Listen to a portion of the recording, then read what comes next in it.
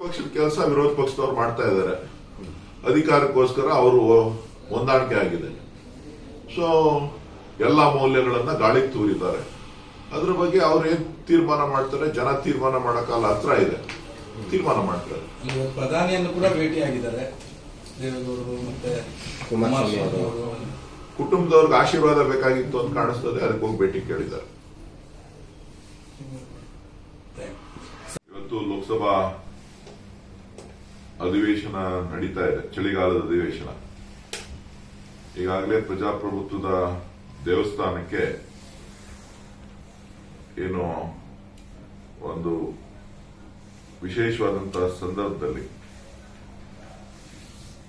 ಕೆಲವರು ಒಂದು ಅಕ್ರಮವಾಗಿ ದಾಳಿ ಮಾಡಿರುವಂತದ್ದನ್ನು ನಾವೆಲ್ಲರೂ ಕೂಡ ಗಮನಿಸಿದ್ದೇವೆ. ಏನು ಸೆಕ್ಯೂರಿಟಿ ಲ್ಯಾಪ್ಸಸ್ ಆಗಿತ್ತು, ಆ ಸೆಕ್ಯೂರಿಟಿ ಲ್ಯಾಪ್ಸಸ್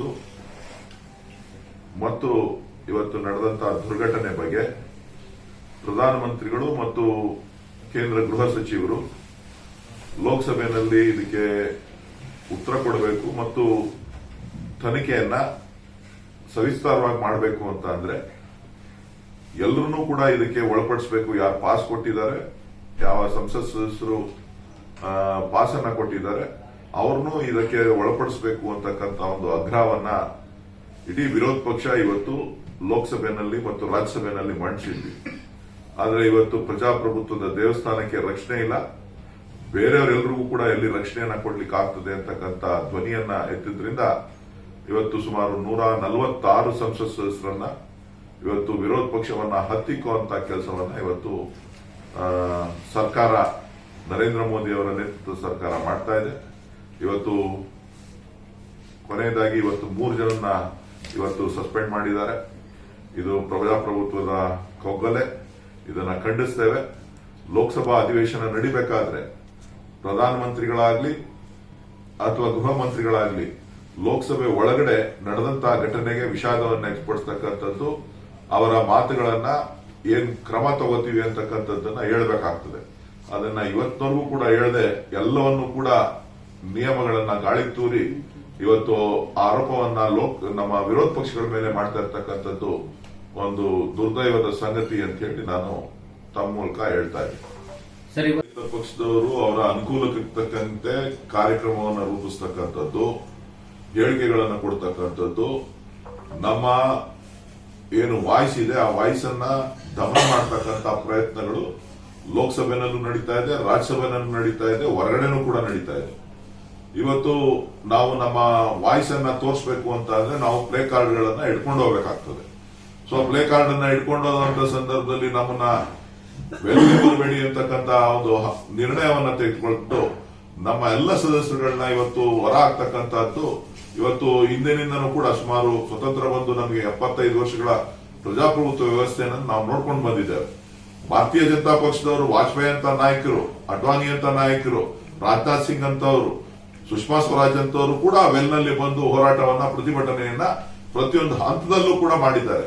ಆದ್ರೆ ಇಡೀ 75 ವರ್ಷದ ಇತಿಹಾಸದಲ್ಲಿ ಇಷ್ಟು ದೊಡ್ಡ ಸಂಖ್ಯೆಯ ಸದಸ್ಯರನ್ನ ಆಚೆ ಹಾಕಿರ್ತಕ್ಕಂಥ ಕೀರ್ತಿ ಅದು ಪ್ರಧಾನಮಂತ್ರಿ ನರೇಂದ್ರ ಮೋದಿ ಅವರ ಸರ್ಕಾರಕ್ಕೆ ಸಲ್ತದೆ. ಇಲ್ಲ, ಇದು ಸರ್ಕಾರ ಒಡೆದೋಗುತ್ತೆ ಅಥವಾ ಕುಸಿತ ಆಗುತ್ತೆ ಅಂದ್ರೆ ಅಜಿತ್ ಪವಾರ್ ಮತ್ತೆ ಶಿಂದೆ ಅಂತ ನಾಯಕರು ಕಾಂಗ್ರೆಸ್ ನಲ್ಲಿ ಹುಟ್ಕೊಡ್ತಾರೆ. ಯಾವಾಗ ಬೇಕಿದ್ರು ಅವರು ಬಿಜೆಪಿ ಹೋಗಿ ಜಾಯ್ನ್ ಆಗ್ಬಹುದು ಅನ್ನೋದು.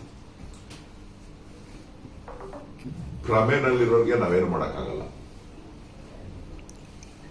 ಭ್ರಮೆನಲ್ಲಿರೋರು ಭ್ರಮಲೋಕದಲ್ಲಿ ತೇಲ್ತಾ ಇರ್ತಾರೆ. ಅಸ್ತಿತ್ವವನ್ನು ಕಳೆದವರು ಬೇರೆಯವರ ಆಶ್ರಯನ ಪಡೆಯೋದು ಸಾಮಾನ್ಯ. ಆ ಪ್ರೋಸೆಸ್ ಅಲ್ಲಿ ಇದ್ದಾರೆ.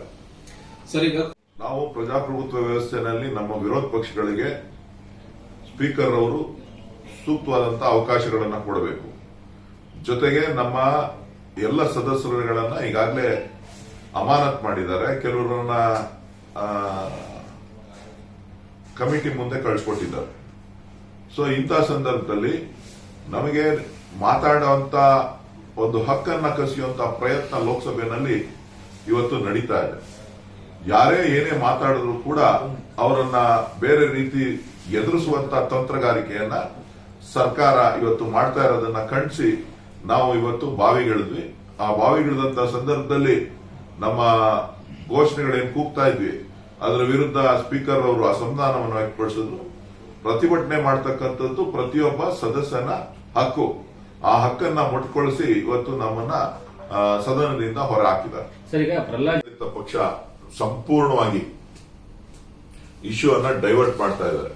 ಇವತ್ತೇನು ವಿಚಾರ ಚರ್ಚೆ ಆಯ್ತು, ಏನು ದುರ್ಘಟನೆ ನಡೀತು, ಆ ದುರ್ಘಟನೆಯನ್ನ ಮಾರ್ಸೋದಕ್ಕೆ ಏನೇನು ಮಾಡಬೇಕೋ ಅದನ್ನ ಮಾಡ್ತಾ ಇದ್ದಾರೆ ಹೊರತು ಒಬ್ಬ ನಾಯಕತ್ವವನ್ನ ಈ ದೇಶಕ್ಕೆ ಒಂದು ಹೇಳಿಕೆಯನ್ನ ಕೊಡುವಂತ ಸಂದರ್ಭದಲ್ಲಿ ಅವರು ಲೋಕಸಭೆಯಲ್ಲಿ ವಿಚಾರಗಳನ್ನ ಮಂಡನೆ ಮಾಡಬೇಕಾಗಿತ್ತು. ಏನೇನು ಆಗಿದೆ ಅಂತಕ್ಕಂಥ ವಿಚಾರಗಳನ್ನ ನಾವು ಹಕ್ಕೊತ್ತಾಯವನ್ನ ಮಾಡಿದ್ದೇವೆ.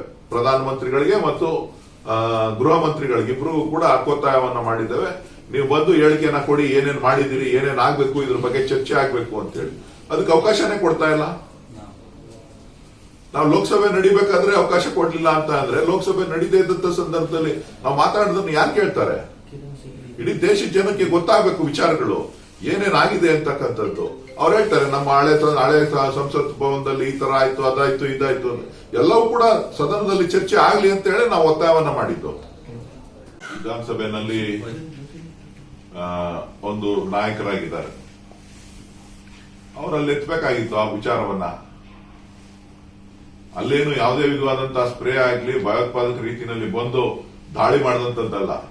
ಅವರು ಒಳಗಡೆ ಬಂದು ಕುಳಿತು ಸದಸ್ಯರ ರೀತಿಯಲ್ಲಿ ಕುಳಿತು ಹೋಗಿದ್ರೆ ಹೊರತು ಯಾವುದೇ ಒಂದು ಥ್ರೆಟ್ ಅನ್ನ ವ್ಯಕ್ತಪಡಿಸಲಿಲ್ಲ. ಇಲ್ಲಿ ನಮ್ಮ ಲೋಕಸಭಾ ಅಧಿವೇಶನಕ್ಕೆ ಲೋಕಸಭಾ ಯಾರೇ ನೋಡ್ಲಿಕ್ಕೆ ಗ್ಯಾಲರಿಗೆ ಬರ್ತಕ್ಕಂಥವ್ರು ಒಂದು ಸಣ್ಣ ಪೇಪರ್ ಅನ್ನು ಕೂಡ ಒಳಗಡೆ ಬಿಡುವಂತದ್ದಲ್ಲ. ಇವತ್ತು ಅನೇಕ ವಸ್ತುಗಳು ಒಳಗಡೆ ಬಂದಿದೆ ಅಂತ ಹೇಳಿದ್ರೆ ಅದು ಸೆಕ್ಯೂರಿಟಿ ಲ್ಯಾಪ್ಸಸ್ ಅಲ್ಲದೆ ಅಂತ ಒಂದು ಸದನ ಕಟ್ಟಿದೀವಿ ಅಂತ ಹೇಳಿ ವಿಶೇಷವಾಗಿ ಅವರು ವಿನ್ಯಾಸ ಮಾಡಿದೀವಿ. ಎಲ್ಲಾ ತರದ ಟೆಕ್ನಾಲಜಿನ ನಾವು ಅಳವಡಿಸಿಕೊಂಡಿದೀವಿ. ಯಾವುದೇ ಮುಂದಕ್ಕೆ ಭಯ ಇಲ್ಲ. ಎಂಥದ್ದೇ ಸಂದರ್ಭ ಬಂದ್ರೂ ಕೂಡ ಲೋಕಸಭೆ ಇದು ಏನು ನಮ್ಮ ಸಂಸತ್ ಭವನ ಸೇಫ್ ಅಂತಕ್ಕಂಥದ್ದನ್ನ ಪ್ರಧಾನಮಂತ್ರಿಗಳು ಹೇಳಿದ್ರು.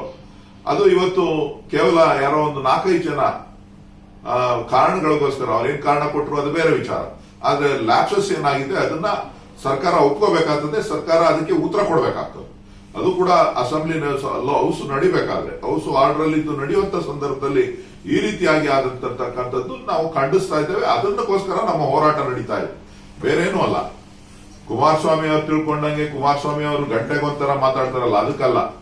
ಕುಮಾರಸ್ವಾಮಿ ಅವ್ರಿಗೂ ಕೂಡ ಗೊತ್ತಿದೆ ಯಾರ್ಯಾರು ಏನೇನು ಯಾವ ಸಂದರ್ಭದಲ್ಲಿ ಏನೆಂತಕ್ಕೋಸ್ಕರ ಏನೇನು ಆಡ್ತಾರೆ ಅಂತ ಹೇಳ್ಬಿಟ್ಟು.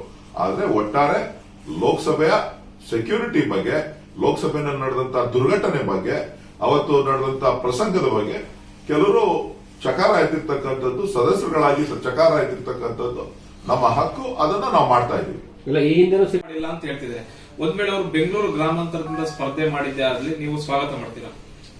ನಾನು ಅವ್ರು ಎಲ್ಲಿಂದ್ರೂ ಸ್ವಾಗತ ಮಾಡ್ತೀನಿ. ಅವ್ರ ಪತ್ನಿ ಮೇಲೆ ನಿಂತಿದ್ದೆ. ನಾನು ಲೋಕಸಭೆಗೆ ಬರೋಕೆ ಅವರೇ ಕಾರಣ, ಕುಮಾರಸ್ವಾಮಿ ಅವರು. ನಾನು ರಾಜಕಾರಣಕ್ಕೆ ಬರೋದಕ್ಕೂ ಅವರೇ ನನಗೆ ದಾರಿ ತೋರಿಸಿದ್ದು. ಸೊ ಹಾಗಾಗಿ ಎಲ್ಲವನ್ನು ಕೂಡ ಸ್ವಾಗತ ಮಾಡ್ತೀನಿ. ಕಾನೂನನ್ನ ಎಲ್ರಿಗೂ ಒಂದೇ ಮಾಡಿ ಇವತ್ತು ಇದೇ ಒಂದು ಇದೊಂದು ವಿಚಾರವಾಗಿ ಬೇರೆ ವಿರೋಧ ಪಕ್ಷಗಳು ಏನಾದ್ರು ಒಬ್ಬ ಸದಸ್ಯ ಇದಕ್ಕೆ ಸೈನ್ ಹಾಕಿದ್ದಿದ್ರೆ ಅಥವಾ ಒಬ್ಬ ವಿರೋಧ ಪಕ್ಷದವ್ರು ಯಾರಾದ್ರೂ ಇದರಲ್ಲಿ ಬೆಂಬಲವನ್ನು ವ್ಯಕ್ತಪಡಿಸಿದ್ರೆ ನಿಮ್ಮ ಸರ್ಕಾರ ಸುಮ್ಮನೆ ಇರ್ತಿತ್ತ ಅಂತಕ್ಕಂಥದ್ದನ್ನ ಇವತ್ತು ನಾವು ಪ್ರಶ್ನೆ ಮಾಡ್ತಾ ಇದ್ದೀವಿ. ಯಾವ ರೀತಿಯಾಗಿ ನೀವು ವಿರೋಧ ಪಕ್ಷಗಳನ್ನ ಹತ್ತಿಕ್ಕುವಂತ ಪ್ರಯತ್ನವನ್ನ ಕ್ಷಣಕ್ಕೂ ಮಾಡ್ತಾ ಇದ್ದೀರಿ ಅಂತಕ್ಕಂಥದ್ದನ್ನ ಅರ್ಥ ಮಾಡ್ಕೋಬೇಕಾಗುತ್ತೆ. ಇವತ್ತು ವಿರೋಧ ಪಕ್ಷಗಳು ಇಲ್ಲ ಅಂತ ಅಂದಿದ್ರೆ ಈ ಪ್ರಜಾಪ್ರಭುತ್ವ ವ್ಯವಸ್ಥೆನೇ ಗಾಳಿಗೆ ಡಿಕ್ಟೇಟರ್ಶಿಪ್ ಅಲ್ಲಿ ಸರ್ಕಾರ ನಡೀತಾ ಇದೆ. ಯಾವ ಸಂಸ್ಥೆಗಳು ಬಾಕಿ ಉಳ್ಕೊಂಡಿಲ್ಲ. ಸೊ ಇವತ್ತು ಬಿಲ್ಗಳನ್ನ ಪಾಸ್ ಮಾಡ್ತಾ ಇದ್ದಾರೆ. ಯಾರ್ದು ಅಡ್ಡಿ ಆತಂಕ ಏನಿಲ್ಲ. ಆದ್ರೆ ಇವತ್ತು ಈ 130 ಕೋಟಿ ಜನರ ಪ್ರಜಾಪ್ರಭುತ್ವ ವ್ಯವಸ್ಥೆ ಉಳಿಬೇಕು. ಅದಕ್ಕೋಸ್ಕರ ನಮ್ಮ ಕಾಂಗ್ರೆಸ್ ಮತ್ತು ಮಿತ್ರ ಪಕ್ಷಗಳು ಹೋರಾಟ ಮಾಡ್ತಾ ಇದೆ. ಹೆಚ್ಚಿನ ವಿಡಿಯೋಗಳಿಗೆ ಪ್ರತಿಧ್ವನಿ ಯೂಟ್ಯೂಬ್ ಚಾನೆಲ್ ಸಬ್ಸ್ಕ್ರೈಬ್ ಮಾಡಿ, ಬೆಲ್ ಐಕಾನ್ ಕ್ಲಿಕ್ ಮಾಡಿ.